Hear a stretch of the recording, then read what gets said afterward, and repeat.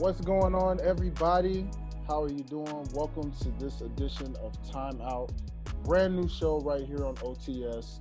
I am your host, Dwayne Dickey. You guys also know me from other various shows such as the Sideline Guys and the Life's a Botch podcast.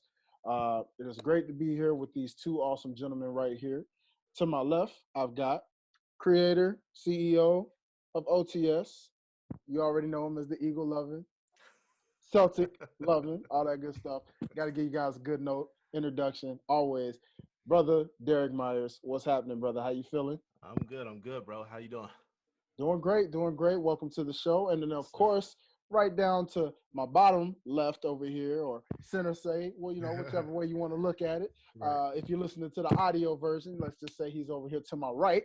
We got another awesome gentleman who has also been with us on the Sideline Guys and is also very, very an awesome individual with great viewpoints. And you already know him as the Yankee loving, coming out that NYC, Puerto Rican style, my boy, Jonathan. What's happening with you, What's man? up, How bro? you What's feeling? up, bro? I'm ready for this, and I think it's going to be a nice topic to talk about today. And let's get it. Let's get it. Indeed, indeed. Yeah. So, gentlemen, we do have a lot to talk about today. It is a very heavy episode. This is a new show where we get to hash it out and we get to talk about things that are personal to us, that are legit issues.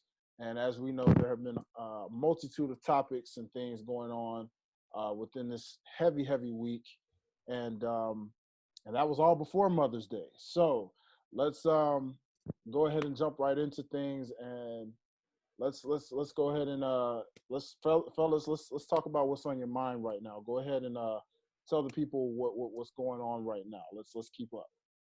All right. Kick it off, John. So, you know, we can talk. We started off with the Ahmaud Arbery case, right? Mhm. What was it? 2 months ago, murder in cold blood.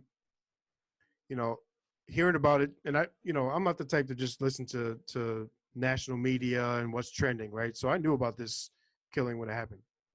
I search online, always online in general, just looking at different events that happen, right? Like any other person that reads the news. So my thought process, I always try to look at things objectively, but naturally you go a little the subjective side, right? I mean, you see a guy murdered in cold blood, you want to know what's going on. So I'm thinking, two guys murdered this dude. How are they not arrested? So, and not charged, right? I'm saying arrested. Because whenever there's a shooting, you arrest and then make the decision to charge, right? Typically Supposed to. supposed to. And that's the problem, right? Supposed to. So I'm thinking, all right, let me look deeper. Like, what's going on? Mhm. Well, they're white. So I mean, and not to. So and again, I don't want this show to be anti one race or never pro one race, but you have to see the issues that we see every day, right? Are when it comes to minorities, that you see a lot of privilege. We see it all the time, right? Mhm. Looking into the story, why is it these guys felt the need to follow a man down the street with shotguns in hand? Who are they to do this? Citizens arrest. That's what they A citizen's arrest for what? Oh, okay. So a video comes out a couple of days ago. Ahmaud Arbery walked into a house being built, currently in construction. So, who? Listen, I'm from Florida. Okay, I'm originally from New York City, moved to Florida. Mhm. In Florida, when I moved there were a lot of houses in the neighborhood being built. There's a lot of woods areas. They were building like real estate development areas, stuff like that. You know how many times I walked into an empty house that had no walls, Bro, construction site? I've been in a construction sites like that with my family. So not only is it wrong for a law enforcement officer to tell me I deserve to be arrested for it, because I technically don't, but that's besides the point. Who gives these guys the right to fucking citizens arrest them? For which, mind you, in Georgia, the state law is you need to commit a felony to be citizen arrested. Mm-hmm. Yeah. At most, and this is at most, no law enforcement officer will ever do it, is charge you with a misdemeanor. So they're wrong in that fault. So if you want to get technical, right? So again, going back, why are we waiting 2 months to arrest these guys? I'm not asking for charges right away. Every murder has to have an investigation. I get it. My father's former law enforcement. I get it. But always someone is arrested on a shooting, period. But these guys get the privilege to walk home and act like nothing happened. That pissed me off, bro. That pissed me off, man. Man. And Derrick, you can go ahead. I mean, Now it's my whole thing about it is one, the citizens arrest aspect of it made no sense. You know, like you said, you have to be able in order to do that, you have to be able to witness a crime being committed, or at least, like, you know, if like you hear a gunshot or something, you look and you see a guy with a gun, you can do a citizen's arrest. But you can't just do a citizen's arrest off of, I thought he was stealing, or what. You can't do that. So that was my initial thing.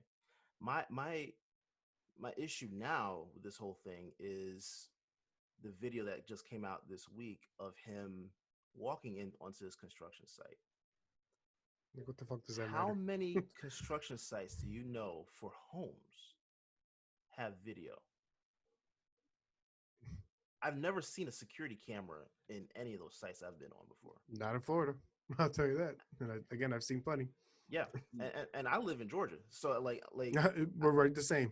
oh, yeah. So I'm honestly trying to figure out. Like, I watched my house get built when I was a kid. There were no cameras around there, so something about it just does not seem right. But this whole thing, man, I'm gonna be completely honest. I'm at the point now where I think, like most of the country, when you hear of a black man getting shot by a cop or what, or whoever it is, kind of numb to it now. I'm numb to it, and I hate saying that. I'm numb to the news because now when I look and see it, I look, I read, I watch whatever video it is, and I'm upset. Like like it pisses me off. But the shock value of hearing news like that doesn't hit anymore. How many of these stories have we heard over the last 5 years? More. You know what I'm saying? I can't even count it anymore. And it's now gotten to the point where I'm tired of the excuses that come out, the media trying to justify why someone got killed, why a cop acted in the way they acted. I would love to know what their reason was for not arresting these two guys. I would love to know what that was, because that makes no sense. So, Especially Derrick, for real us quick, long. what you're saying though scares me, right? Or would scare me as a black man, Yeah, because it scares the hell out of me. the only realistically, I mean, I'm here for you. You're my boy, but Yeah, the only people who really here for you yeah, is your people. yeah, yeah, So what they want is for you guys to feel defeated. yeah, So what you're yeah. not that you're defeated, right? But you're feeling that numbness. They want that. That's step one, right? Mm-hmm. So they can say, "Well, another shooting. Mm-hmm. We're done." Well, That's not that's what I'm saying. Like that's what scares me, is right. that I feel numb And because imagine, see, you're not directly affected, and I hope to God you never are, right? right. But imagine the people that are.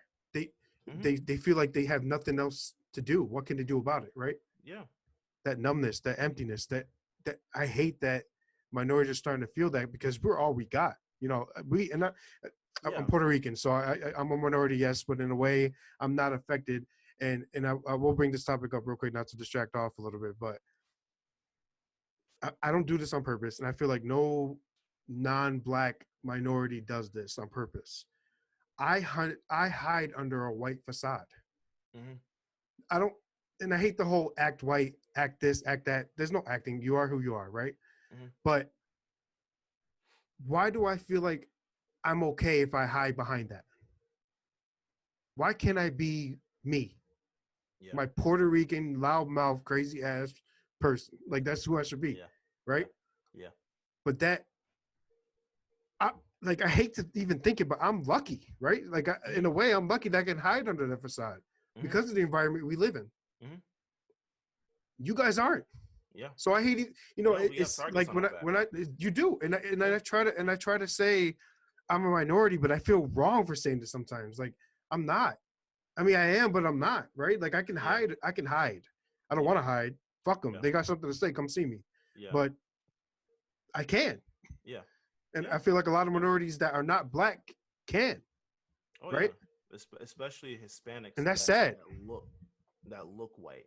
A lot of Right. Hispanics that look white can Right, definitely and do it. when I'm not tan, boy, I'm rocking Whitey Island. Like that's just that's besides, but Yeah. that I hate that I and again it's I feel like again that subconscious thing we talked about. Hmm. It's naturally I just feel like I can't hide behind that. Yeah. I shouldn't have to. Hmm. I should because Yeah. I can pass by a restaurant of all white people, they would never probably look at me. Oh I'm yeah. like, oh, I'm good. Whew. Oh yeah. And y'all, No. No, you can't no, even walk in a store. you can't, and that's bullshit. Yeah. You can't walk in exactly. You can't even walk into a store without the security cop wannabe ass cop looking at you or some shit. You know what I mean? Hmm. Like that.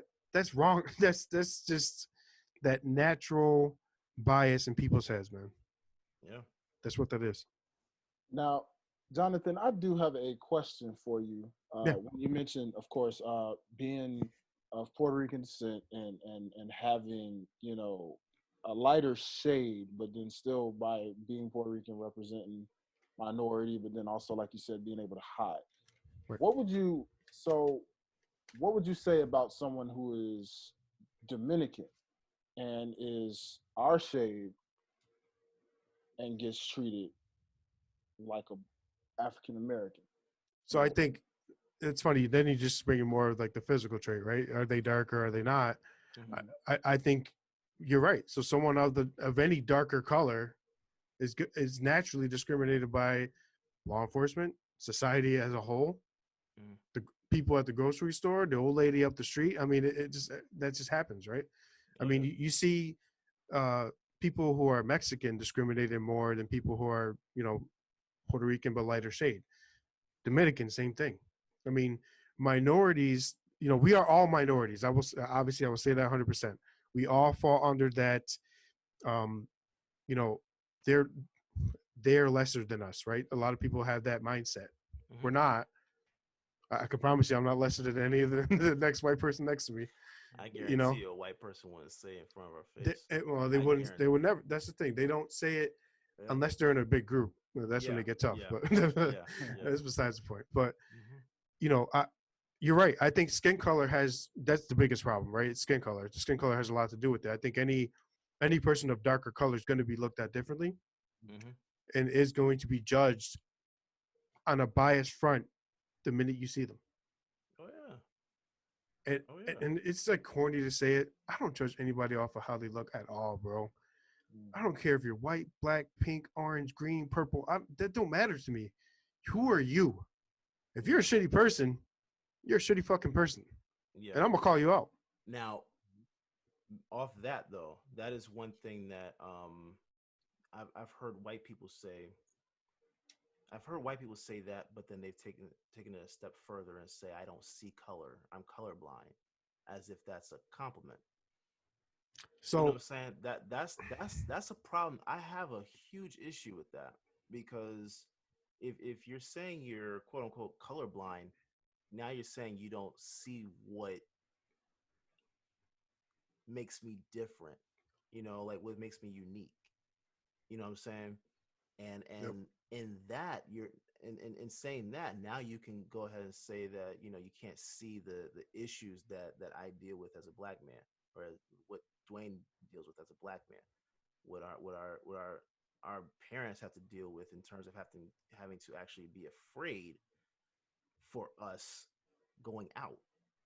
You Telling know the what I'm saying? kids what to do when they go outside. Like, Yeah. Yeah. There's little things that you can't, that we go through, that you can't ignore. And the moment you start to ignore it, that's where you now develop the issue of being able to see how you can help change the issue, Right. how you can help solve it. You know what I'm saying? It's like, I Like, don't want you to not see me. I want you to see me. yeah, You know, yeah. But colorblind I don't mean nothing.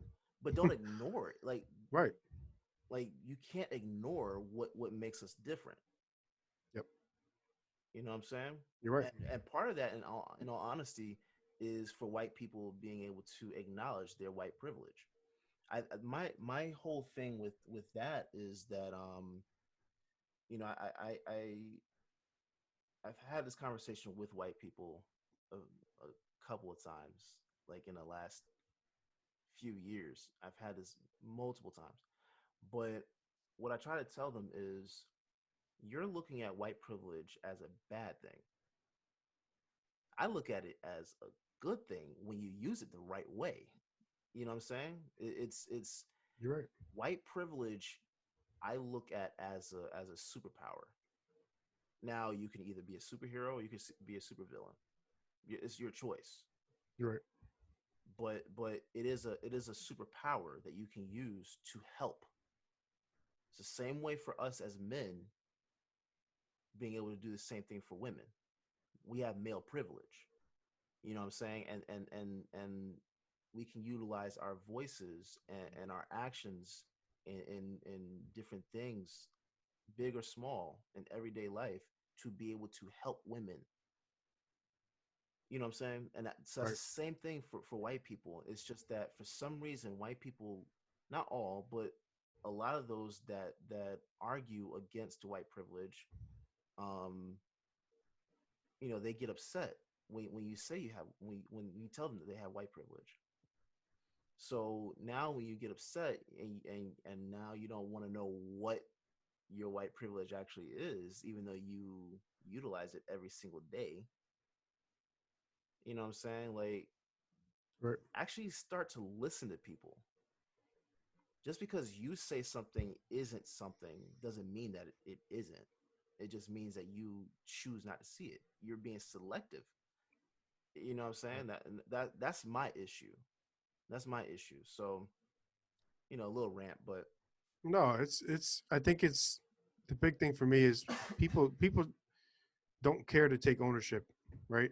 They right. don't take ownership of who they Accountability. are. They don't take accountability for how they see people. Hmm. Going back to the subconscious racism, or that bias. It's something that they're bred with. Naturally they're raised to think those people are different. Stay away from them, Right. right? And we get the superheroes that come up and say, "Fuck that, I'm not Hmm. like that." Hmm. But you get the supervillains who end up shooting an unarmed black man for no reason, Yeah. right? Yeah. And that trigger in the head needs to go away. There should be nothing that makes me think, "Wow, I just did a podcast with Derrick and Dwayne. They were so nice. Never would have thought that. Yeah. Why should I think that? Yeah. That shouldn't even click in my head. Hmm. You guys are people, Hmm. strong, determined people, right? Mhm. Most definitely. Absolutely. That's how they should see you, Yeah. but they don't. And Yeah. mind you, when that switch is there, people take everything to extremes, right? That's the problem here. We see it. Hmm. That trigger where I may have thought, or that white lady walking up the street may have thought, "Oh, that black guy's nice." The next person is, he's up to something. Yeah. We got to go do something about it. Yeah. Let's call the police because he's walking around the park. Hmm. Kid has a water gun in his fucking pocket. Let's call the police on an 8-year-old. Yeah. Yep. How many times do we see white men swinging fucking knives at cops, I've seen them swing an axe. guns in their hand, but you're shooting 10-year-olds Yeah. for a water gun? Come on, man. That's all here. That's how they're raised. That's how that's the people they've been around growing up, Hmm. and it's just that fear that they're instilled with from birth. If put it this way, put one of every race in the house, raise them together, will they ever be racist? No, I actually, you Now, know what? meaning, like, if they're raised correctly, right, and all Mhm. these races are together, will they naturally be racist? No, I'm gonna say this, and it's this how they're actually, raised. yeah, and this actually goes into the post that was in the Facebook group the other day, but the You can call it. You can name the post if you want. We can talk about it. well, see, I Um, don't know the whole post. I just know So, well, not the other comments and whatnot. So, essentially, and Dwayne, I don't know if you saw any of the posts or anything, but um, an individual in the group posted that it was not a question; it was a comment. Black people can't be racist. That was his comment. So, being that it was obviously a topic that can get out of hand online, like any other topic, Derrick made the business decision to take it down with the understanding that we could bring those individuals onto the show and talk about the issue. mhm. Didn't hear anything, so we had to get this going. We got to get this, at least the Yeah, conversation started. I'll do this every day if we have to, yeah, yeah. right? The They'll be on. conversation is never done, and that's the biggest problem. People think it's done after one thing solved, right? It's not. Yeah. This is a lifetime fight we all have to fight, whether you're a minority, majority, or anything else in between. Get your politicians involved, law enforcement, community involvement, all of that in one, right? That's it's us doing it and making it known and making it known that things can change. Mhm. So no one's hiding. Derrick ain't hiding. Dwayne ain't hiding. I'm not hiding. You come on the show, we'll talk it. Yeah. So I'm going to put Yeah. that out there right now. Yeah. No, they'll come on at some point. And they will. I'm sure they will. I'm saying this Whenever to anyone, whenever right? we I yeah, don't want. yeah. There's no wanting to take advantage of a podcast topic. There's no. We're here to talk the topic, to talk Mhm. the issues that every minority sees. Right? Mhm. Don't think we're running. We're right here. Right. Right. Come, there's a bunch of spots in this gallery right here in the Zoom. I see it. Mhm. You can hop right in. Yeah, and all honesty, So go ahead, Derrick. Sorry, not to no, you're jump in good. that, You're but good. And I'll pass it to you, Dwayne, after I say this. But I my whole issue, and I actually agree with Rolonzo. I agree with his point that he made. Black people cannot be racist. The thing that people have to understand: discrimination, prejudice, and racism are three different things. They're not the same. 100%. They're not the same. They're from the same family, like the same idea, same. So I I think guess within the racist definition, prejudice and bias are in there, right? they. Yeah, well, see, But racism goes deeper, and I think go ahead, racism goes Sorry, deeper. Yeah. not to yeah, So discrimination. I'll just break this down. Discrimination is just a thought of. No, I'm sorry. Yeah, discrimination is the thought of someone being different than you, and whatever, saying whatever about it, right? Prejudice, yeah, yeah. Go ahead. being prejudiced is being able to put that thought to action.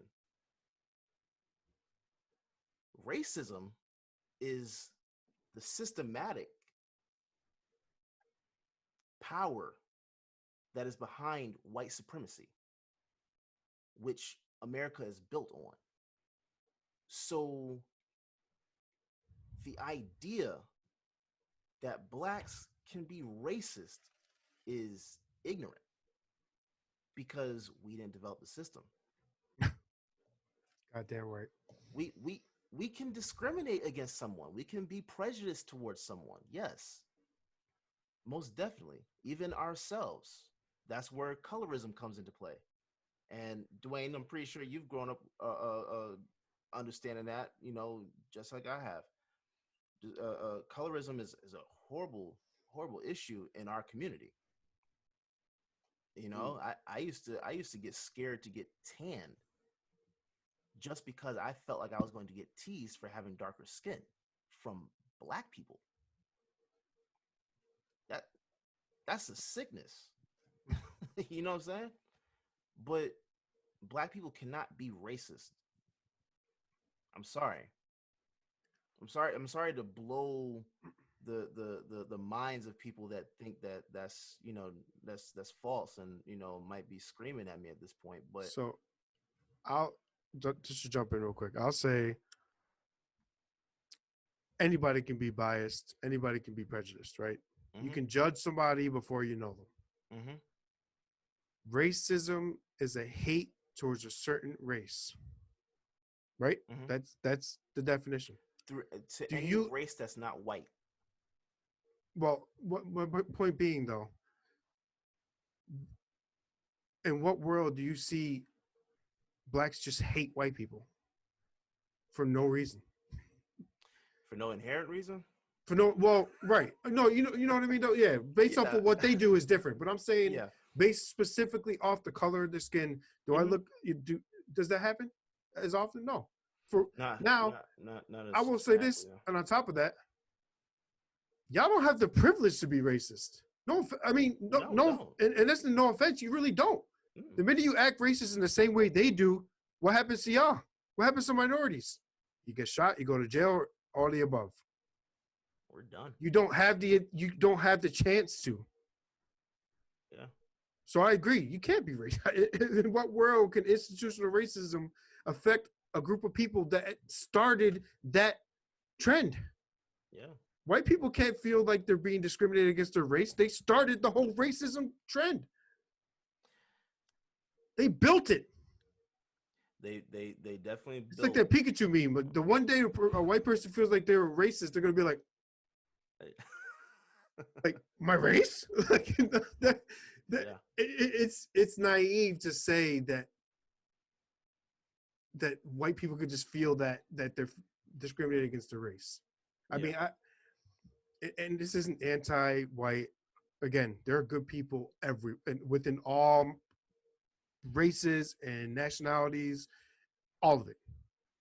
This hmm again, we are focused on shitty people of certain colors hmm that just so happen to be shitty, right?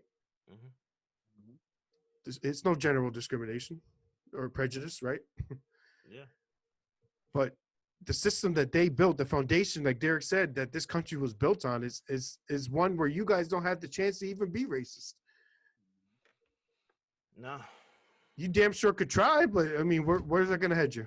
I mean, Mm-mm. you don't have the You chance. you have to break down a system that's already established But the and thing is, if ingrained. we were to take advantage or take control of that system, hmm all of that shit would be a dud. Oh yeah. There'd be no racism, right? There'd be nothing. There wouldn't be uh, lack of jobs for a certain color or a certain minority. There wouldn't be less privileged cities. I walk into a suburb in my area. The roads are done. The sidewalks are done. The houses are nice. Walk hmm into an area in the city. Roads are torn up. Houses are torn up. Taxes never going towards where they need to go. That's the system. hmm You can't tell me that's not literal systemic oppression. You are literally giving these people no chance. Yeah. None. Yeah. And the ones that have to succeed, Derrick, like we talked about earlier, you guys have to work harder just to get the basic livings in life. And then work triple that to get to where you want to be. Look. I mean, we're going back to the ESPN thing, right? With the NFL draft. How many Oh. times do you see a black guy drafted and they said, oh, his mother did 46 backflips when she was younger and she broke her neck and she did drugs at the same time. Like, what the fuck does it matter? Like, what are you naming these people's? I get it. So it's their story, right? And maybe hmm they even approved it. I'm assuming not all of them did. But what does like the fact that that background is even there shows you how hard it is for these black men to be successful. And that Right. in itself is the problem. Right. They don't need to go through all that shit to be successful because other people don't. And then That's just that's just what I think. you know, I'll let you go ahead, Dwayne. I'll let you go. Well, it's interesting that Jonathan brought up the sports metaphor because up until recently, with the Kaepernick situation, sports and music seemed to be like the two neutral things to completely come to the closest thing of killing the idea of racism, right? You know, Mm-hmm. it's like music can bridge the world of all cultures, and so can sports. It's like none of that matters in that world. However, certain events, such as this situation with the mob, can affect to where it migrates its way into a music world where you have an artist or two who may be an activist and they speak on that. In the sports world, when you see something where you're like, okay, how is it in a football league where 75 to 80% of that league is African American? How is it we have all these white owners? Or you go into the NBA and you're like, how is it, you know, you got all these white coaches getting chances and the black coaches aren't seeming to get a chance to really grow with the franchise, or something like that. And suddenly race starts to migrate its way into these things. Um, I like to represent the somewhat spiritual side of coming with this. Like in my background, it's more been like uh, growing up, you know, in white neighborhoods, but then also growing up in black neighborhoods as well. It wasn't until I went back to my hometown of Memphis, Tennessee, where I experienced a lot of the hood life. It was new to me at first. I didn't really understand what it was because I grew up in Georgia thinking I was from Georgia. And then I was finding out that I'm actually from Memphis, Tennessee, where the majority of my family is from. And then I'm starting to understand. And then that's when I started getting teased on my weight. And I started understanding in the African American culture where you get teased, you get checked, you get, and then that's part of how it is, but I found it offensive at that time because I'm like, well, I'm not used to this. I don't know what this is. And used to get super offended by it. But then over time, as I got used to it and I got real with it, I come back to Georgia, I come back to Gwinnett County and remember like, oh yeah, this is not just the all African American area. Like this is like all races, all backgrounds out this way. Mm-hmm. And yet, as a young man now, as a young black man, I've had my own personal, much like Derrick, but I've had experiences that I've never shared with the masses, where there have been cops, and both of these experiences, I had an experience with a cop in Georgia, which wasn't necessarily as bad, but it had some, the cop was a white cop, and I was going to pick up my little cousin. I think we were dropping something off for her. We were picking her up from school. There was a turn that I made. My mother was in the car with me, and apparently it was an improper left turn. And he, you know, gives me a ticket, and he's, talking about, hey, you're not supposed to turn here within a certain amount of time. My mom was upset about that, tried to argue and say, like, well, hey, give me the ticket. We didn't know about this. Give me the ticket. I still end up getting the ticket. She was highly upset. I didn't take too much upset to it. It was like, it was what it was. My auntie was like, hey, don't worry, I'll pay for the ticket. That was kind of that. Back home in Memphis, though, where the culture is a lot different, I found myself in two different experiences with cops. One, unfortunately, involving an African American cop roughing me up, but then another one involving a two white cops Mm-hmm. who wanted to search me because I fit the description of a nearby robbery, Yeah. when all I was doing was just walking from my college campus to go get something to eat in the middle of the night because I was hungry. Happened to have a hoodie on at the appropriate time to have a hoodie. It was pretty much winter time, and it was transitioning into the spring, but still it was considerably cold enough at night to where you could wear a hoodie. Didn't look suspicious. Had a hoodie over my head, headphones in my ears. Look up, see a cop car coming my way, slowing down. Next thing I know, they pull me over. And they're like, hey, where you headed? Going to get something to eat, sir. Sir, everything okay? Got reports about a robbery in the nearby area, and you fit the description. Okay, They love that no quote. problem. So, hey, pull me over in front of the Taco Bell driveway. And they're like, hey, do you mind if we search you? Sure, sir. No problem. Say, hey, put your hands up against the car. Nice gentleman. at first, and they're like, "Hey, we're gonna search you." Or well, one cop is over here watching, and the other cop is searching me. And like I said, both gentlemen are white. And it's like while one white cop sitting there searching me, couldn't find my wallet. I keep my wallet in my back pocket. He had a hard time.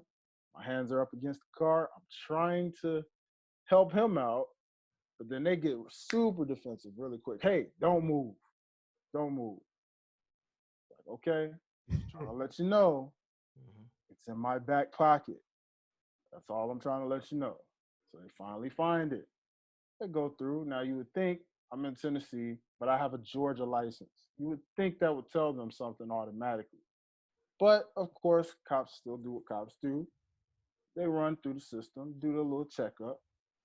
Me, I have nothing to worry about because I'm a pretty clean guy. I don't really do anything. I know I don't fit the typical description of what they say. So Right. I sat there cool, calm, and collected.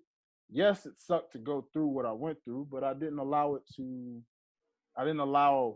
what we go through as a whole to affect me because I know no matter what you label me as in your mind, I know I'm not that because I know that I don't do the things that you think I do. And because you have a system check to check, clearly you're going to see that when I have no legal background, I have no criminal records, I have none of that, then you see no warrants, none of that. Go ahead and check. And when it's clean, you can't do anything but let me go. However, to this day, I look back at that situation and I say, this happened to me right around the time of when Trayvon, I think, either just happened or was about to happen. I can't remember which, but I remember living in Memphis at that time when Trayvon's situation got big. So easily before this long string and long list of African Americans all over for different reasons being part of a list of names. I possibly could have easily have been on that list. I look at that and I say, which is why I bring my spiritual aspect into this because, you know, regardless of anybody listening or watching, whatever you believe in, whoever you believe in, no matter what your religion or background is, it's to say that if you know and you truly believe in what you follow, then you should know that even with racism, it's wrong, it sucks, and it has to be dealt with. But in a world where nothing's ever really perfect, if you know and you're confident in who you are and you confident in what you believe in, then you should know that at time you'll be all right because I'm a witness of that situation to know that yeah, I could have easily have been in that list of names because I could have been super rebellious. Could have been like, screw you, cop. I didn't do nothing. I could have kept on walking. But who's to say that if I'd have kept on walking, they wouldn't have tried to stop, pull out their guns, and try to shoot me? Yeah. Yeah. Who's to say that even when they were searching me and I'd have been rebellious, like, yo, hold up, I ain't even got to be a part of the search. I know I ain't do nothing. So what the heck? Nah, look, I'm getting my wallet. As defensive as they got, boom. Just for me trying to get my wallet. I easily use my situation. And that's why I said this is new. This is something I'm personally sharing with everyone. Jonathan, Derrick, they don't know this story. You listeners don't know this story. Only a selected few people around me know this story that I've shared it with, but I'm sharing it with the masses to really help you guys understand that yes, I'm aware that racial oppression is very real.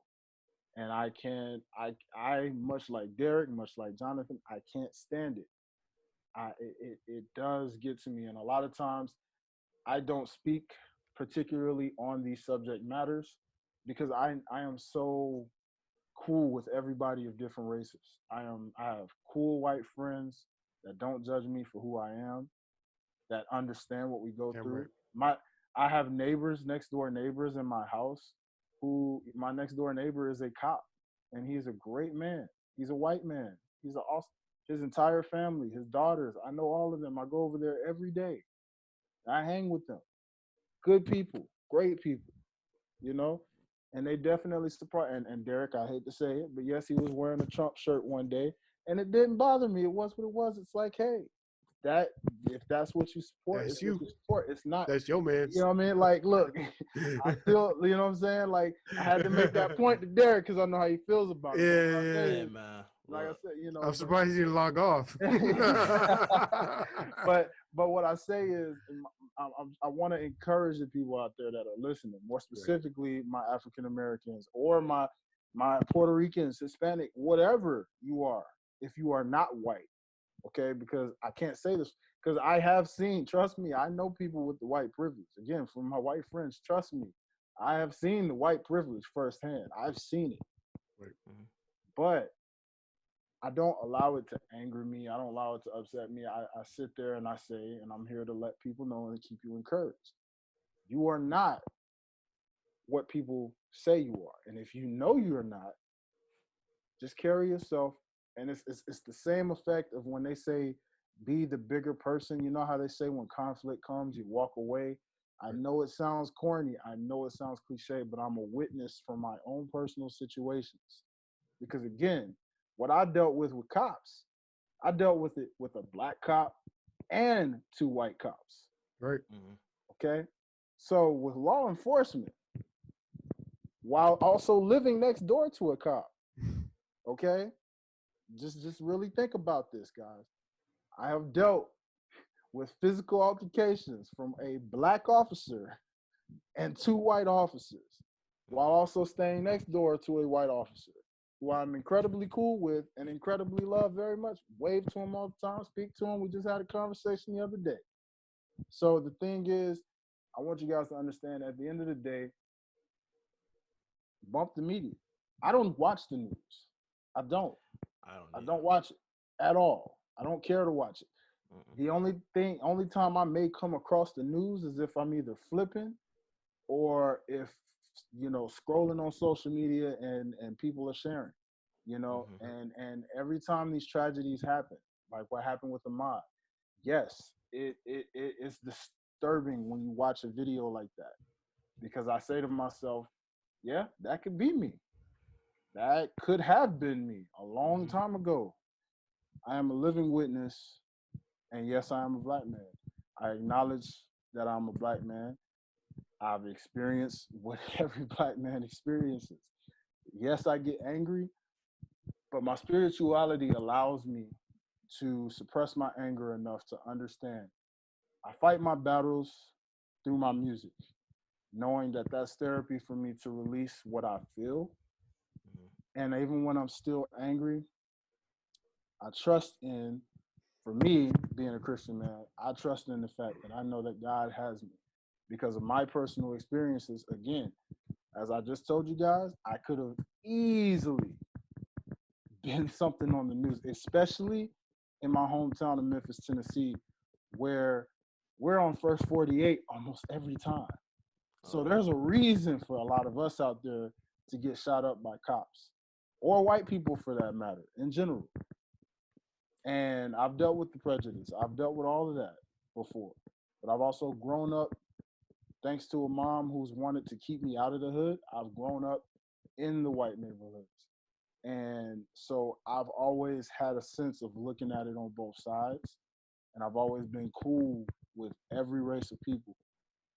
And all that being said, but of course, being black, you still sometimes be like, oh man, that's such a Latino person to do something like that. That's some Latino type ish right there, or oh man, that's so white people, or man, niggas, man, you know what I'm saying? Like that's just like a nigga, like of course. So I will ask this then. Mhm. Do you think, you're talking, going back almost to what we talked about in the beginning, right? Having to act different, having to be the bigger man, not only because people see you a certain way, but it's a matter of survival, right? Right. Hell yeah. And 100%. And I see that, and I hate that needs to be the case. I would say until we start to make the changes that need to be, and we meaning everybody, right? Continue. I agree with Dwayne. I'm not speaking as someone again that is dealing with the same exact issues Black minorities they're dealing with, but I am speaking in the fact I want people to live, right? I mean, we're at the point now, it's life or death. Mm-hmm. We're seeing it every day. Mhm. So do what Dwayne says. You know, be the Yeah. better person. Do what you got to do to be safe in the environment out there amongst law enforcement, amongst everything else. And then we start to work on the things that can help fix the community, help fix society, right? I mean, there's options we have. Again, like I mentioned, getting minorities into law enforcement, Mm-hmm. minorities from minority neighborhoods into law enforcement, where they understand the people, the vibe, the neighborhood, how people are raised and how they act and why they're angry and all of that, right? Yeah. You know, vote.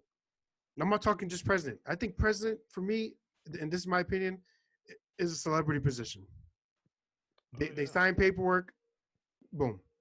Yeah. I'm talking city, state, Your local government, legislators, Oh, district attorneys, yes. Congress. could bring people, Congress, people that have legitimate majority control of our country that will make a difference for you in your district, right? Mhm. Yeah. But I'll to Voting that is I'll huge. to that I'll say Because that people that think it's comes. just president. It's not just president. There's Yeah. so many other people you can vote for that make a difference for your specific community. There's a district attorney in your area, Memphis. Mhm. I guarantee if you were to vote for the right district attorney, things will start to change. Little, but they will start. You at least have someone trying to change it, right? Mhm. Oh Yeah. yeah. Yeah. To that I'll It's so say important. that comes down to an education aspect, because we don't always, like, all of us don't know. And honestly, regardless of race, we really don't truly know how a government is set up. We don't. The average And person and does I not will say this, understand that. based on that system of oppression, they depend on that. Oh yeah. They depend on the fact Oh that yeah. minorities don't know shit. Oh yeah. Now it's just time to educate, Yeah. right? Yeah. Yeah. That's, see, and I'll say this. I do agree that there should be more cops that are from the area that are policing that area. I think you should, like, I think you should have lived in that community minimum 5 years before you can police it. Minimum. Right. I I mean, truly my believe. father, born and raised in New York, or he was born in Puerto Rico, moved to New York City, Yeah. became a NYPD officer, Mm-hmm. and then again he was born and raised in Washington Heights, one of the worst neighborhoods ever in New York City, Mm-hmm. back then, right? My mom was Bushwick. I don't know if you guys know Oh Bushwick. yeah. It Oh ain't. yeah. It still ain't the best place to be. Yeah. Yeah. um, so he, NYPD to correction officer at Rikers Island, which I Oh mean, yeah. Oh stories yeah. for days, right? I mean, Yeah. everybody knows about Rikers. So how many times can I tell you he ran into people he knew from the neighborhood at Rikers? Yeah. What's up, Ray? Of What, course. what you doing, bro? Of course. I'm chilling. I'm working. What you doing here? Oh, I shot somebody. No big deal. Whatever the case was, Yeah. But Yeah. that I can tell you right now, my dad was the most respected officer in that prison Mm-hmm. Mhm. because of his Oh background, where he came from, and the people he knew. yeah. And prison in itself, that we can get into that whole concept in one thing, the fact that minorities always aim towards prisons and for profits and all that shit. That's a whole different conversation. But um, that respect factor was there. I would love to bring my dad on one day. How many times I tell you that because he was in the community and he knew these people, the one guy who came from upstate that tried to jump my dad, guess what happened to him the next night? That He got person. fucked up. Yep. Fucked up. You picked the wrong Yep. fucking person because I'm from this hood, boy. Yeah. And he didn't have to, my dad didn't say, would never tell prisoners to do it. Mm-hmm. That's just natural, Yeah. right? Yeah. And that, again, that goes back to that mutual respect. So if you bring that to the community, not the jumping part, but you bring the the community, well, depending, the community relations though, right? You want to bring Yeah. people who know the hood together, and that communication is just natural. Yeah. Yeah. Where you bring a guy from the suburbs Mhm. of just say fucking Carolina Mm-hmm. into Rikers or into NYC, Mm-hmm. they don't know. They barely know the city for one. Yeah. Yeah. They don't know the neighborhood. They don't know the people. They don't understand trends. Yep. They don't know what to let go and what not to let go. Selling Lucy's on the street get you fucking choked out. Yeah. That ain't people from my hood. And you know what? That ain't people from my hood. No. Oh yeah, most That ain't. definitely. That Most ain't. definitely. And actually, speaking to Eric Gardner though, I Absolutely. Go ahead. I had a run in with a cop right after that happened. That was because I was driving. I had a my very first car was a Toyota Avalon '96. The outside of it looked trash, but that was my baby. Love Hey, that car. it drove, baby. It Hey, is man, point A come to on. point B. I Man, love that listen. car. Named it Sophia after Sofia Vergara. That's another story. Um, but I love that car. Sophia. Yeah, I love that car. But I was actually heading into work one morning, six. This had to be like 6:30 or whatever. I'm supposed to be there by 7, but I think I woke up mad early and I just decided let me just go ahead and go in. So I'm going. I'm on 285 west, and it's pitch black in the pitch black outside. I'm driving. I'm in the fast lane doing about 65, 70, which if you know me, that's slow for me. Like I'm you know, I'm not gonna say it, but you know. But I'm taking my time to get to work. All of a sudden, my car gets out of control. I'm didn't know at that point, but my left axle snapped. My steering wheel is locked, right? All of a sudden I'm in a spin out. I'm in a spin out on 285 East. I go from the fast lane, shoot across backwards, shoot across the entire highway, bang into a guardrail on the side that pushed me back out into the highway, and I spun out and then got thrown into the grass.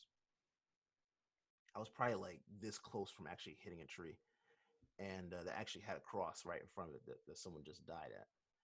Wow. And so I'm sitting in the car. I'm just watching all these cars go by. Right. I finally had to call 911 myself because no one decided to pull over and help me out. White cop comes up and he's looking around. He took his flashlight, look at the skid marks and everything like that. He looks at my car and he's like, "You good?" Yeah, I mean, I guess technically, yeah, I'm okay. I mean, nothing that I know of ain't broken or anything like that. But and I did hit one car, miraculously did hit one car. But he goes, "All right, well, I'm going to give you a ticket." I said, "Excuse me?" He goes, "I have to give you a ticket. My supervisor wouldn't want me to not give a ticket because they want numbers." I said, "Oh, okay. I'm getting a ticket for what?" "Failure to maintain lane." I said, "Excuse me."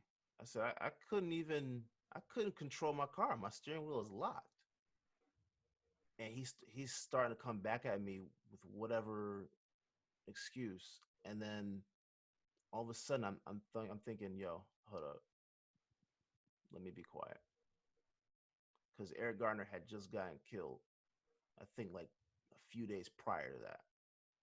And in my mind, I'm sitting there thinking, yo, like this is a white cop, my age, basically. I mean, dude was like I think at the most he was like maybe like 2 or 3 years older than me. But this is 2015. I was 25. Dude, dude tells me he's gonna give me a ticket for failure to maintain lane, and I can't defend myself because I'm afraid I'm going to get killed after just not getting killed on the highway. So yeah, it's the and actually the ticket got thrown out because they found out that he actually got fired because he was giving tickets out to everyone for no reason. Um but regardless, my sense of being able to survive came in at that point. Like don't argue. 'Cause, I mean, like he's got a gun, I don't. I mean, I have a gun, but it's in my house. At that point, I didn't have Right. it on me. So, like so. Yeah, there's a huge fear factor. There's a huge fear factor with dealing with cops. I don't trust cops. Period. I don't trust them because I don't know what you're gonna do. And Dwayne and I think we have the same mindset with a lot of things, but he's calmer than me. Okay, there's no way, there's no way I could sit in a house with a man wearing a Trump shirt. I, I can sit down and talk to you if you're a Trump supporter. I can sit down and talk to you to get you like an actual understanding of like how, but I think Dwayne is one of the type of people that he's more willing to be okay with looking past certain things. Me, I'm more jaded, and I'll be completely honest with you on that. I'm more jaded.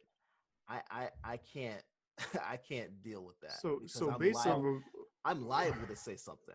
Sounds like he's the Malcolm X and I'm the I'm the Martin Malcolm Luther X in King. here. there you go. Yeah. Yeah, and that's just, I just just from don't what have I've the you hair. know what I've at least heard from Dwayne. I think he's just learned to find a way to channel that energy a different way Yeah, yeah. and No, towards no. something. So not And that he's I'm not just saying letting he's it ignoring it. slide. I'm not No, saying he's yeah, no, ignoring no, no. it. And Yeah, I don't think you are either. But yeah. it's interesting that Dwayne sees it on that spiritual level because not everybody's religious, right? So you're not Right. really going to get. Not everybody will have that channel to put it. But I think Mm-hmm. Dwayne is telling people who are either listening to us, find something to channel that towards Mm-hmm. until we all get this figured out. Mhm. You know Survive. what? You know what? I maybe I'm just a little more pessimistic than I think, but You have a right to be though, and that's yeah, Dwayne would agree that you have yeah, a right to be. yeah. I just I think it's almost like a fairy tale idea that we're going to get this thing figured out. I'm gonna tell you why. Because in order for us to be able to get this aspect of our society fixed, that requires the government to be able to acknowledge certain things that they're not willing to acknowledge.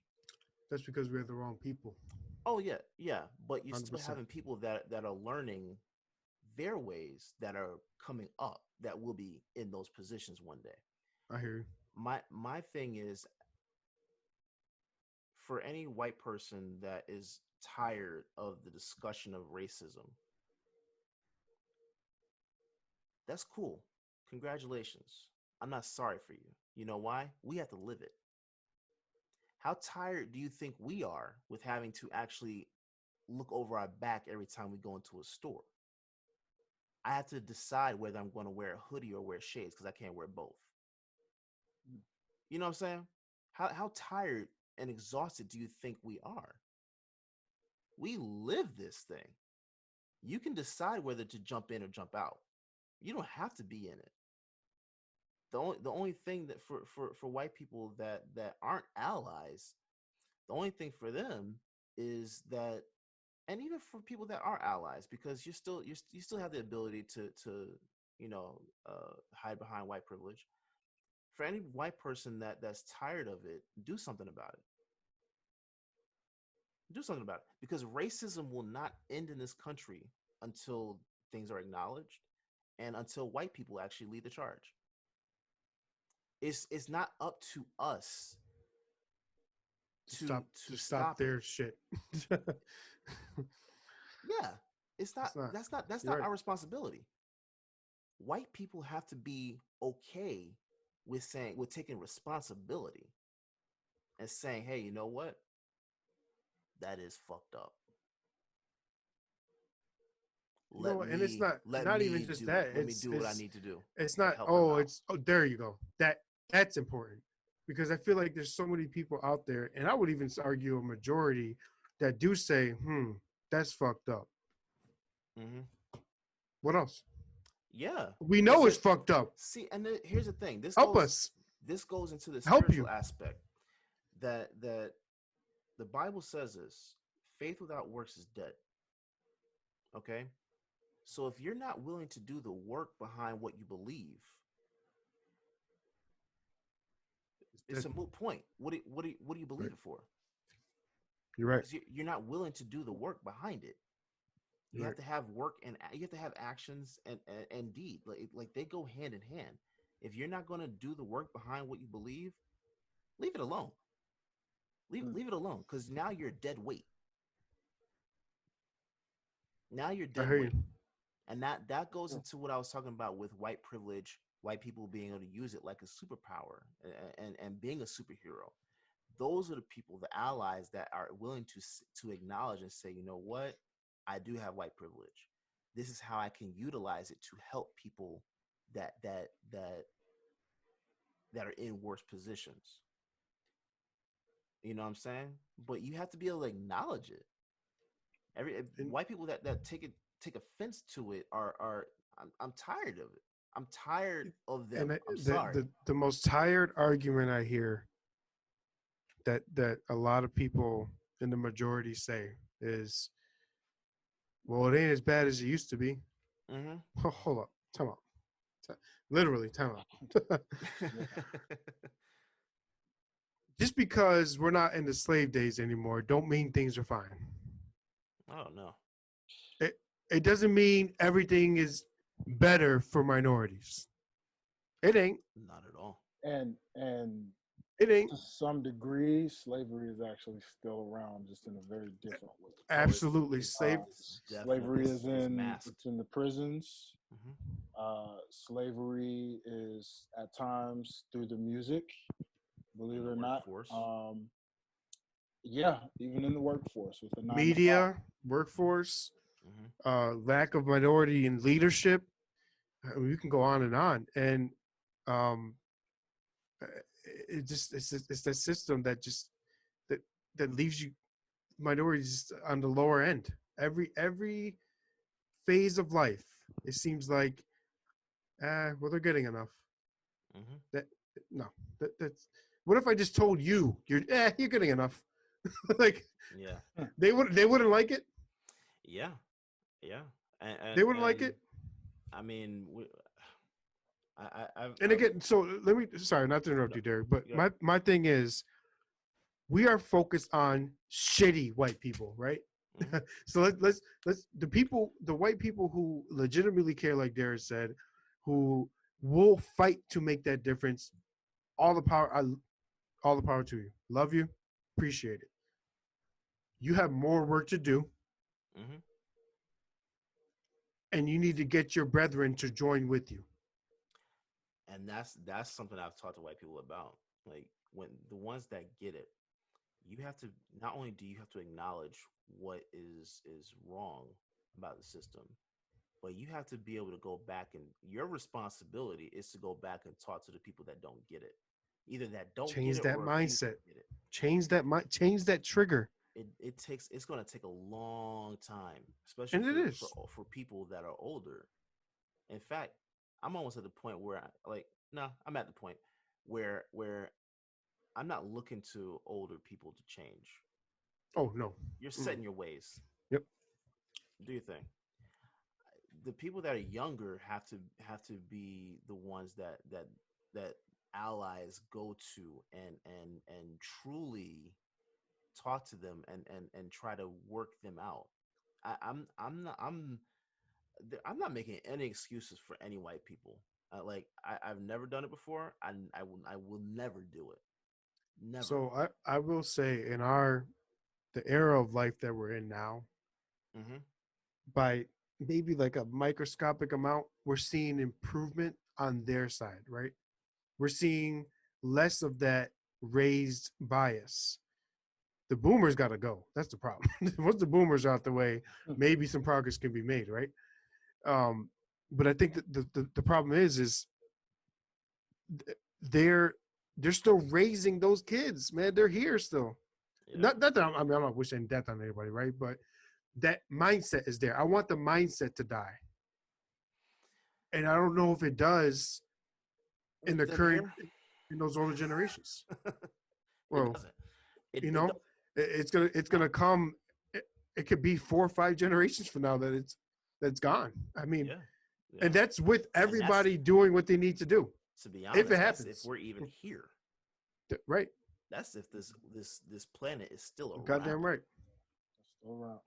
And that's the uncertainty. But a lot of times, my mother was a big component of saying this, that to be honest, what really seems to kill racism in a way right now are those who are of mixed race, those who are, say, half white and half black, or half Hispanic and half Asian, or half Hispanic, half white, however you want to mix the races, Um, a lot of those interracial couples that breed interracial kids, like I have a cousin who is interracial, for example, and I mean, just knowing, like, yeah, she pretty much embraces every bit of black culture, but you know, I would say she probably still would get discriminated against, even though her complexion is lighter.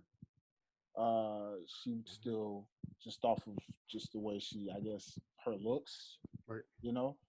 But a lot of mixed kids, man, they seem to, if they've got any inch of African American in them, or dare I say even Hispanic, chances are, Afro Latino, however you want to put it,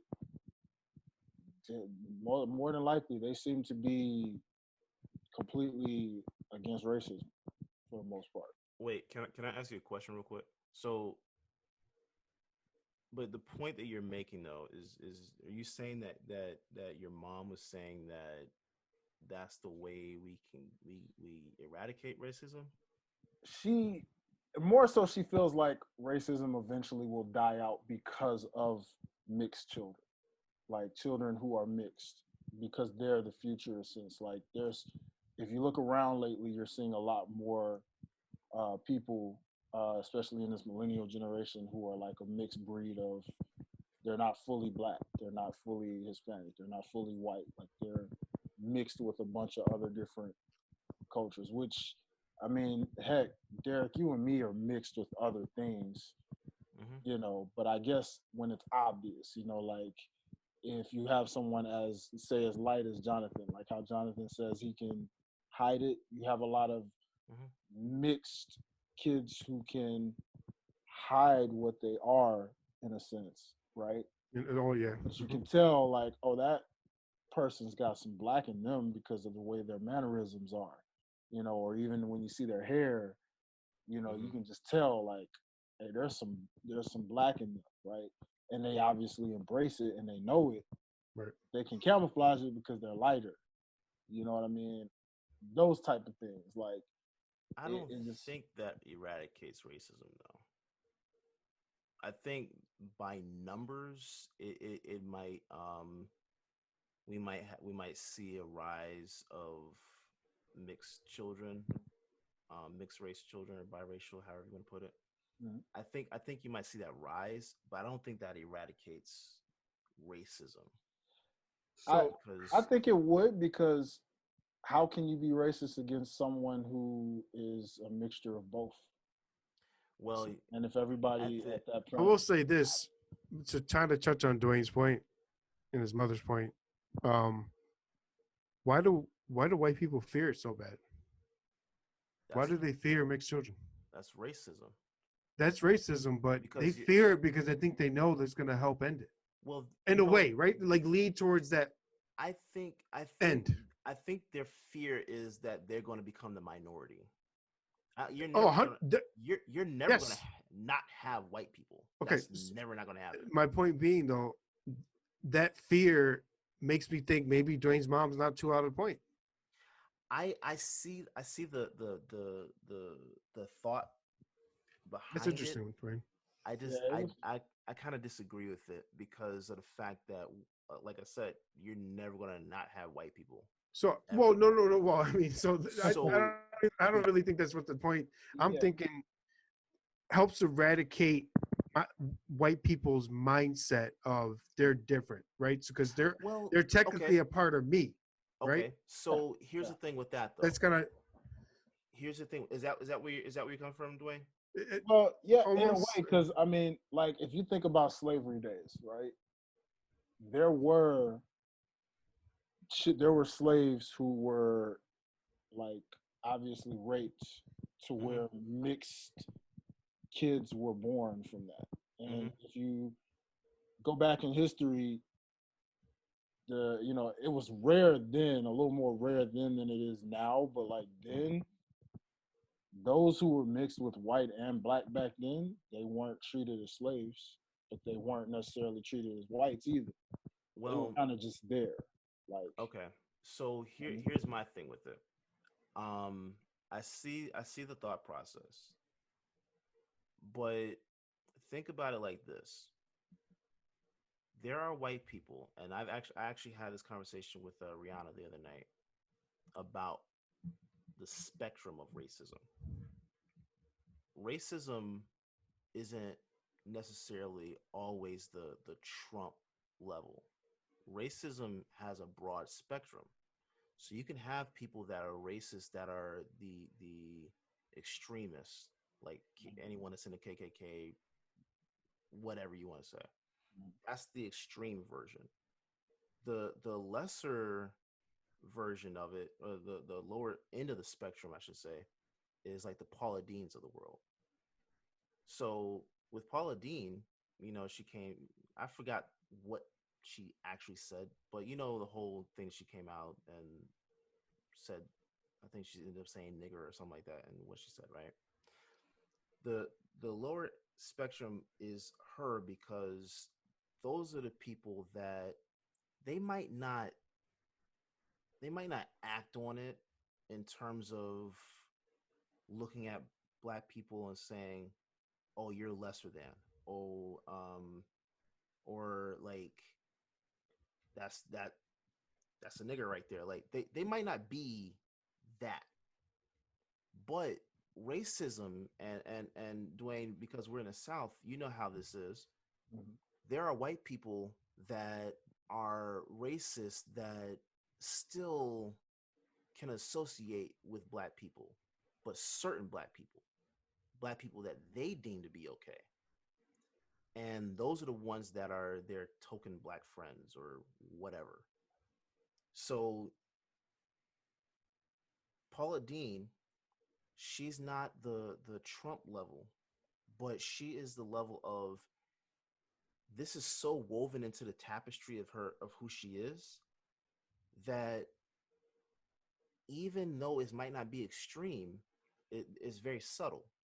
And the subtleties of it are ingrained in her mindset. So because they're ingrained in her mindset, whatever she's going to teach her kids and her grandkids, that's going to end up being who they are for the most part, unless they're able to change. But just for argument's sake, that's what's going to be passed on to them. So the fact that that's being passed on, the subtleties of, the lower spectrum of racism, the idea that the mindset can be completely eradicated is almost impossible without education and reprogramming. Actually, it is impossible, because unless you teach someone what is right and what is wrong, because after Paula Dean's whole thing, she went on a media blitz and was trying to defend herself, and oh, I didn't grow up this way, that way. But she was on, I forgot what show it was. She was on being interviewed, and had a black guy that she knew that was in the corner, and I forgot his name. She, like, let's say his name's Earl. She goes, "Come here, Earl.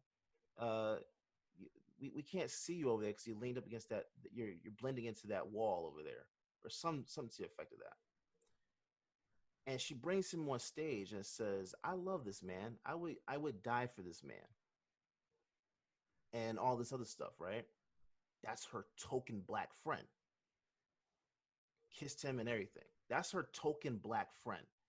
And for me, the idea that racism could be eliminated because of interrace uh, marriage or whatever is it's impossible to eradicate it that way because it's a mindset thing, not because this grandchild is of mixed race and that's my grandchild, so I accept them, that means I accept all blacks. That's not the case, because because it's a mindset thing. There are certain, they're going to look at certain black people and say, oh, because you're associated with my grandchild or whatever, I'm cool with you. But the other black people I'm not cool with, or I might not look at with this through the same lens. You know what I'm saying? So Right. because it's a mindset thing, it's hard to eliminate it strictly off of that. I think that could be a part of it, but because of that, I don't think that that's going to be it. I think it's a reprogramming and a relearning that has to take place, that white people have to embrace in order for it to take effect. I agree. Well, it's interesting you would say that, Derek, because I'm gonna bring my little cousin into this for a second, and Mm-hmm. I'm gonna bring her father into Mm-hmm. this because it's because of her father that she is light skin. I mean, she's more of a tannish kind of color because obviously my cousin was my complexion, our complexion, Mm-hmm. and with her father, he is a twin. He's a twin, and if I showed you her father and his twin brother, both of them are light skinned, completely like just as light as Jonathan, if not lighter. Mm-hmm. But here's the difference. My cousin's father has dark hair, dark beard, brown eyes, I believe, or something of that nature, but completely light skinned though. Mm-hmm. He gets treated like we do. Mm-hmm. His twin brother, on the other hand, and I've this has been personal stories that they actually shared with me. His twin brother, same complexion, but has blue eyes, and Oh yeah. even his hair seems to make him literally pass off as white. Now he considers himself black. His family, his sisters, everybody Mm-hmm. had to fend for him in school, and black kids picked on him Uh-huh. because they thought he was white Mm-hmm. in black schools. Mm-hmm. So it's one of those things where, again, that's the thing about being an interracial child. You know what I mean? Because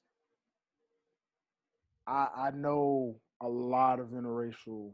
I have interracial family members and everything, and Mm-hmm. it's a struggle for them because you don't. Even if I brought my friend Ronnie on, who is also light skinned and he's half white, his mother is white, Mm-hmm. sweetest lady on the world, and loves everyone, everyone. Not an inch of racism in her body whatsoever. Mm-hmm. And he's admitted he's about 35, 36, and he admits he's like, we had a talk before, and he said even out of his own mouth, I've been around the white race, my white side of my family. I've been around my black side of my family. Now he is very much pro-black because when it comes, like, he does not watch the NFL at Mm-hmm. all because of Kaepernick. Mm-hmm. He supports Kaepernick 100%, and because of the Kaepernick situation, refuses to watch anything NFL. Mm-hmm. However, he's admitted that it's been a struggle sometimes where, like, he's basically said he's seen racism on both sides, Mm-hmm. and it's been hard to identify. So, That's for Rihanna's thing too, because mhm, she's mixed. Yeah, that's her thing too. yeah, Her mom is white. Her dad is from he was from Saint Kitts, mhm, and that's the same thing. She identifies as black, mhm, but it's hard because you have white people that are in your family that you love Mm-hmm. that are racist. You know what I'm saying? Like, and see, my thing is, I guess I'm looking at it more so because not just because I'm a black man, but I'm Jamaican on my mom's side. My dad's side is from Macon, so the colorism aspect of it is something that I've lived with for as long as I can remember, because Islanders look at lighter skinned kids as the favorite. The darker ones are the least favorite. That's that's well known. And the lighter you are, the better you are. That's how they view you. And I had an ex that was probably a little darker than me. Um, and I believe I showed my grandmother a picture of her, and she didn't she didn't like say like anything bad about her, but you could see that she was, oh, that's nice, like, whatever. But I show her a picture of Rihanna's just a little bit darker than you, Jonathan. Like, she's just a little darker, and it becomes a thing of like, oh, she's more favored because she's lighter. I've had that issue multiple times. Like I said, like I grew up in the church where that was an issue. That was a thing. Like the lighter skinned kids were just looked at as better than the darker skinned kids or whatever. And it may not have been something that was spoken about like in a deep way, but you could tell, you could see the difference between people, how people were treated. I've seen that. And so the I get where you're coming from with your cousins. Um, it's an issue where we as black people, like I said earlier, like we have an issue where it comes to colorism. Like that's an actual issue because that's a self hate thing. It's a self hate thing where we look at people that are lighter as better, not just because of being closer to white, but yeah, there's also mentality of the house slave and the field slave, that whole thing, that they pit us against each other back then Mm-hmm. over that, and I think that we have to do work in that sense where we have to say, we have to stop with the colorism thing and the good hair bad hair type thing, that whole conversation, like that whole thing has to stop. We have to work on ourselves with that. But when it comes to racism, there's no work we can do. That's a white thing. Like they have to work on that. And but on both sides it has to come with the ability to acknowledge, like, hey, we have work to do. Like if we want to see things get better, we have work to do. Right. You know what I'm saying? And I think that's where my frustration comes into play, is that there's so little acknowledgement on any side of that. Whether you're talking about colorism or you're talking about racism, there's little acknowledgement on either one, if any at all. We need the acknowledgement before we get the action. Yeah, yeah. I And mean, and I like that's I even had to work on that with myself.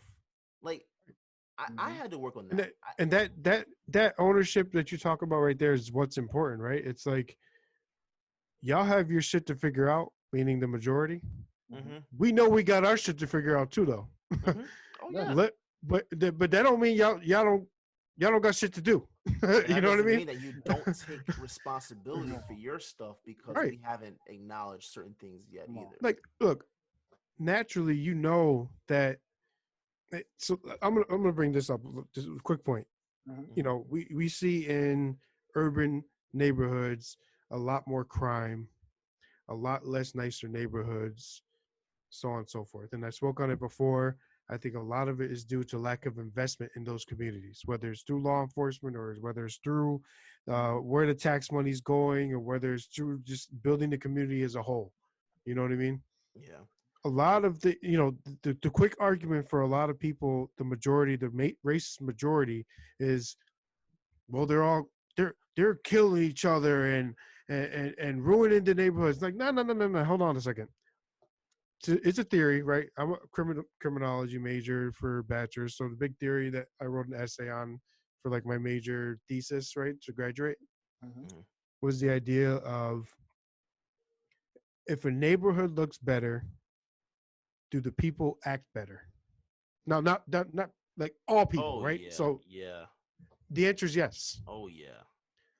If you're giving people You feel shit to better. work with, they're just gonna keep making shit. Mhm. Mhm. You give them something nice, they're gonna work. They're gonna work harder to keep it nice.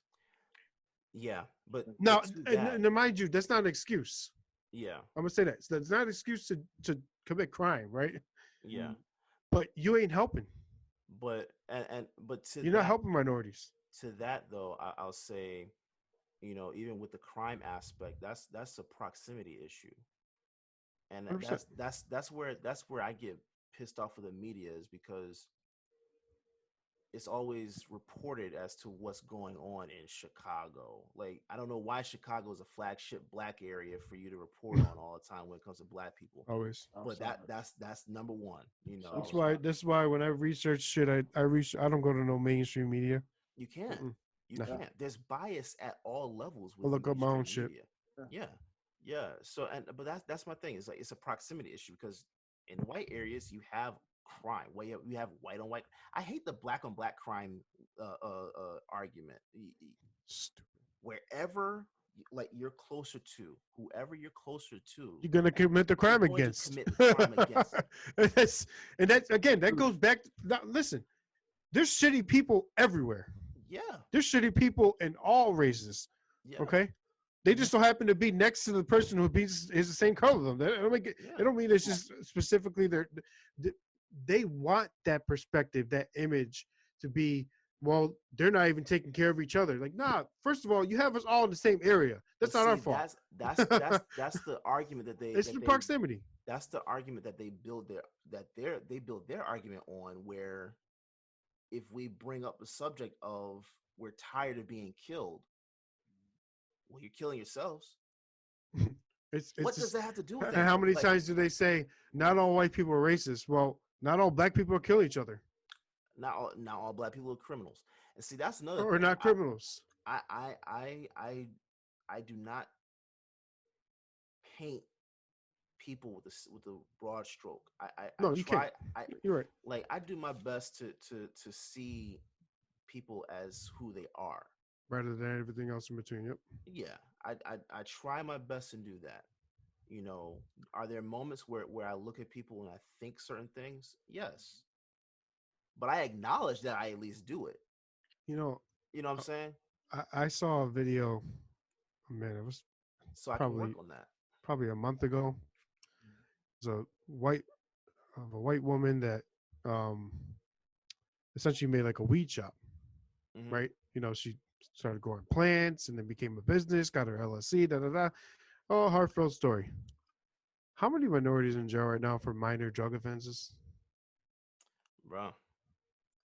And you know what? So you're giving this woman all the credit in the world. Now, mind you, at the time, illegal compared to legal, right? That's Mhm. fine. You're talking about minor drug offenses. There's people in prison. No, I don't even want to call it prison because they're not. They haven't even seen a court date yet for misdemeanor offenses 3-4 They years can't in the post past bail. because they can't post a bail. Yeah. The system is made to hurt poorly privileged minorities. Yeah. It is made to hurt them. It is made to keep them there. And the prisons are profits, and they need minorities to be in jail because they need those profits. It's a money game. Oh yeah. Oh yeah. And and I personally, I think we should, again, going back to voting in the right people, getting in the right DAs, so on and so forth. Let them all out. There should be no individual in jail right now for selling, or not even selling, having a dime bag in their pocket. Come on, man. Nah, I'm gonna tell you something right now. Come on, man. To me, that's part of reparations right there. That's a part Helping of to it. fix. But you know what? And that's another thing. Let me say this real quick. We don't in part of talking about taking the responsibility for what we have to take responsibility for. Black people are not united until we become united and actually have an idea of what our demands are. We're not going to see. I'm at the point now where I don't even believe we're going to ever see reparations. But if we are to see reparations, we have to be able to come together and determine what that looks like for us. I can tell you what it means for me. I believe free education. I believe we should be able to have ownership in the weed industry. I Hundred percent. wholeheartedly believe that. 100%. You pay us for the labor that and the subjection to cruelty that our ancestors were had to endure. Um, Free education. Like I should not have student loans. I should not have student loans as a black man in America. So I will say over here in Buffalo, it was a little bit of the mayor, a little bit of the council. Mm-hmm. They allowed, um, or they sorry, allowed. They gave free college tuition to all high schoolers in the city. The whole, Really, all PS schools, all public schools, free really. education if they want to go, free ride, 100%. And see So again, that comes to that where. is all back to the local voting. Mm-hmm. Get the right people. There's money there. Listen, You see, because guess miraculously, what? We got stimulus checks, right? listen, that money they put towards stimulus 10 years ago could have put towards student loans. Oh yeah. And mind you, Oh yeah. not about the same money, if not less back then. Oh yeah. Most definitely. So Most I don't definitely. want to hear no money. We create the money. All right. People, when we start to educate ourselves on the system that they operate in, Mm-hmm. it's there. Oh yeah. It's Oh there. yeah. Especially if It's you there. tax the They're choosing not corporations to that use don't it. pay taxes. And half the time, all it is borrowed taxes from the future. Essentially, the taxes that we're going to pay, they're Mm-hmm. taking that money ahead of time, Mm-hmm. right? Mm-hmm. All education. And all comes down to what you're saying, giving that education for free. Yeah. Because they're not and the But public they school fear an system, educated black person. you know what? That's their Oh, they fear. do, 100%. And you know the thing is, I think when it comes, so even going to lower level, not just the college level, right?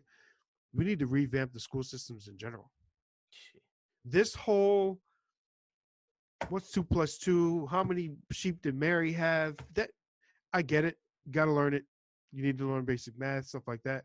There needs to be more classes, more uh, just education in general focused on life, right? You know, Yeah. Paying bills. taxes, bills. What Excuse does me. voting mean? Who are your legislators? How Yeah. many represent your district? How many represent your state? Who to contact when you have to?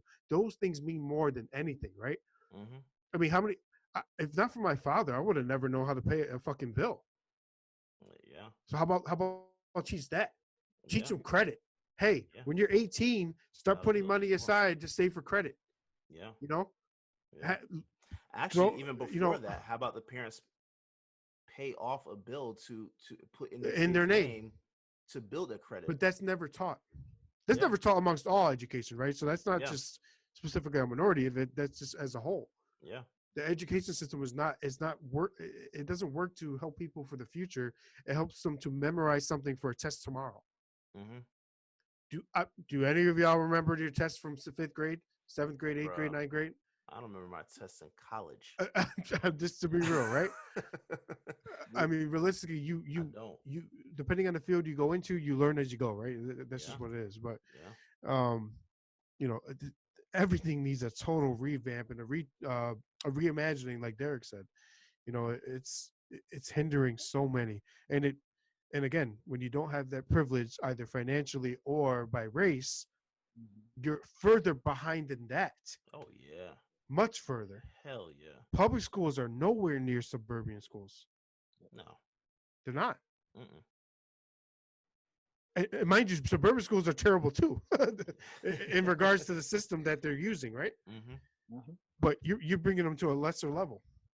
Yeah. So Yeah. just on my final points, I'm glad we were able to do this show. Derrick and I and Dwayne, thank you for hosting. We appreciate you, but um, Derrick and I have been wanted to do this for a while, just not really knowing what topic we wanted to do. Um, the post on Saturday did help kind of trigger that topic, right? This is always going to be something we talked about Mm-hmm. at some point, but Oh, uh, because we have a lot more to and get there's into. just more to get into, and I There's want to bring more much more people to get in and into. give different Yeah. perspectives. I mean, I'll literally grab someone off the street, a businessman, Yeah. someone on the lower level, a drug offender in jail. I'll do Yeah. what I got to do to get somebody involved, right?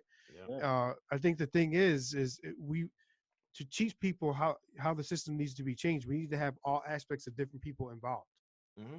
Mhm. Honestly, Derrick, I'm okay with bringing someone more towards the racist side to see what is Hey, why hold what's on, your thought process. bro. That's the thing. I don't have a problem. Eh, I'll eh, I do you know what? I didn't realize I was even friends with a racist until we started talking about certain things. right. Mm. And you know what? I'm not afraid to bring anybody on. I'll Yeah. go to bat with you every day. Yeah. Bet See with you guys every day. that's So that's my thing though. Like it's not that I don't want the conversation. right. My thing is I want the conversation with someone that's willing to have the conversation. Yeah. And like not just try not have the conversation to a point where they only listen. I mean, they only say what they have to say, So I and need them that's it. to be I need you. objective, right? We need Yeah, them to hear we both hear both sides. Right. sides, and Right. that's where I'm cool with it. You know, we Right.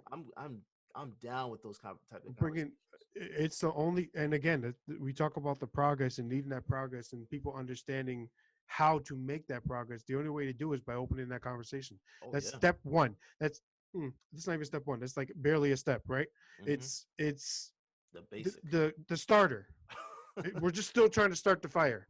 Yeah. You know what I mean? Yeah. Yeah. Yeah. And I think the biggest thing now is you need to follow what Dwayne says.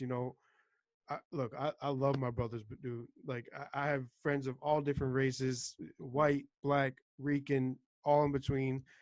Again, I don't focus on race, never did, never have, never will. Yeah. But I do focus on race when I know that races are being oppressed against, right? Hmm. I will always speak up for what's right. Hmm. I ain't afraid to say shit to no one.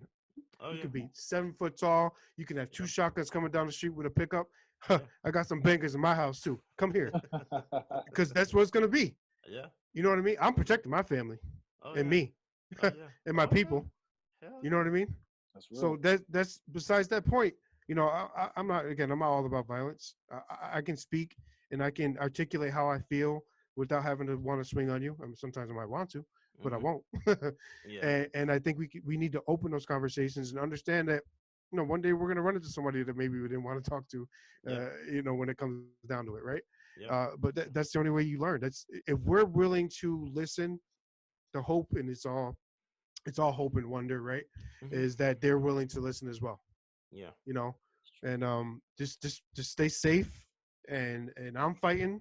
I know my local district attorneys. I know my local legislators. I vote, for the right people who I think is the right person. Hmm. Um, Presidency is a whole different thing. Fuck. Yeah. I'm not a fan of Lost Biden either. cause. So that's Well, just. see, and But see that that. I I I I hate this narrative that's going around now that we need to hold our vote hostage until Yeah. Biden gives us some type So of that's candidate. interesting. I think that could be a whole different podcast in We terms can of in talk terms about of that. that. And I think we We can need to talk about dig that. really deep on that because I don't think it's just necessarily the whether they do or don't like Biden. I think the problem is nobody really knows Biden besides it's Obama's friend. I think they For are sure. pissed off and they have a right to be because the guy they wanted to be the Democratic majority got fucked again. Bernie, and you know, My dad was we Yang. can dig. Well, I mean, besides, Yeah, who legitimately didn't drop out at the time. yeah, yeah. I think that's another podcast we could do, or another just conversation or article, however you want to do it. Oh, we'll get into it. Um, We'll get into it. Definitely, and overall, just be safe, y'all, man. Just Yeah. be safe. I'm fighting as much as I can on my side. I'm one small, tiny, minuscule speck on the spectrum, but I'm gonna keep fighting until I'm bigger, at least bigger noticed. Yeah. And I'll scream and I'll stand at the top of the fucking city hall and tell them they need to change. I'll Yeah. be in any protest that pops up. Yeah. If I was in any of the cities that these individuals were shot down in cold blood, I'd be right there in the city hall. I'd be right there in front of the police center saying, "You need to change things." I'm Mhm. writing letters to the chief of police. I'm going to the mayor. I'm listen. That's how you do things, right? That's how you make Mhm. progress. That you be the progress. You know what I mean? And You be the I'm here change that for you it. want to see. Be the change you want to see, and hopefully people follow through. Yep. Yep. That's all Well, you can do. well, Jonathan, I think you're selling yourself just a little too short by calling yourself a little tiny speck, man. You right here on OTS on the sidelines, the up and coming next big thing that is very well on its way. So, ladies and gentlemen, if you are listening, share your thoughts, leave your reviews, comment, subscribe, invite friends to come on to the show. Contact Yes, either one of us. yes. Yeah. We welcome them to this platform. This is a platform for all races, all types. My final thought is to let you guys know that Derrick knows my girl Rebecca very well. We talk about it all the time. I would love to get her on the show when she's got the opportunity because Let's do it. she can give you guys a perspective as an African American who did not grow up in the States, period. Wow, I Spent love that. 13 years, Oh 13 yeah. years in Japan. Grew up Wow. 13 years in Japan, lived in England. Her mom and dad currently reside there in England as we speak, and she is definitely black. Let's About bring her on. complexion is in between, I'd say Derrick and Jonathan. Maybe a little bit lighter than Derrick, but not as light as Jonathan. So right Okay. in between, nice shade. But I can tell you very much she knows her blackness. But when I first met her, I remember asking her what she thought about racial oppression. And let me just tell you, I'm gonna end it on this note with that. And let me just tell you and the listeners this, guys. She did not. She's only been in the States for less than 5 years. And I Wow. can guarantee Wow. you, she did not experience, she told me this out of her own mouth. She did not experience racial oppression until she came to the States. Mhm. Mhm. I love to She hear can about that. also she can Let's also talk tell about it. you that she does not relate to the African American community, Mhm. Okay. even though she's African American. Right. Mhm. But it's for obvious reasons because she did not grow up here in the States. Yeah. Okay. Let, So let's again, bring her on, bro. Yep. I again, love that. I so would love 100%. that conversation. for people listening, that's what I'm just saying. I just want you to know that everybody, this is why I say this is what I represent as someone who's grown up on both sides of the field in Mhm. white suburban areas, Mhm. in African American slum areas. I've lived the best of both worlds. And it's here to let you guys know we've all represent. So again, if you are listening, leave your reviews, leave your comments, YouTube, Spotify, It's Apple all Music. it's an We're open everywhere. conversation. Yep. Open Open conversation. conversation, guys. Yep. Gentlemen, go ahead, please. Let the listeners, let the audience know where they can find you, where they can contact you in case they want to join this new show and just be a part of this open discussion. Okay, so I'll start off. You can find me on Twitter at JONNY 2_TEE. Send me a message. You want to hop on the show? I'm willing to have any conversation, man. I'm here. I'm Yes, here. sir. Yes, sir. And All right. you can find me at Derrick underscore OTS. That's the right way to spell Derrick. Derrick. Um, yeah, find me on there or even with OTS guys, all social media platforms as well. I run those, so contact me either way, and I'm down with it, man. Because we're gonna get into a lot more discussions, Right. politics, religion, It's all here. Relationships. I mean, business, yeah, relationships, all of it. all that stuff. So this show is about everything. So we're Right. going to get into everything. So yeah, definitely be tuned in and let us know what your thoughts were. All right. Well, No ladies doubt. and gentlemen, once again, this is your host, Dwayne Dickey, joined by Mr. Derrick Myers and Jonathan Torrado. You guys make sure this is the very first premiere episode of Timeout, and this has been a timeout. So until the next time, we are signing out. God Peace. bless.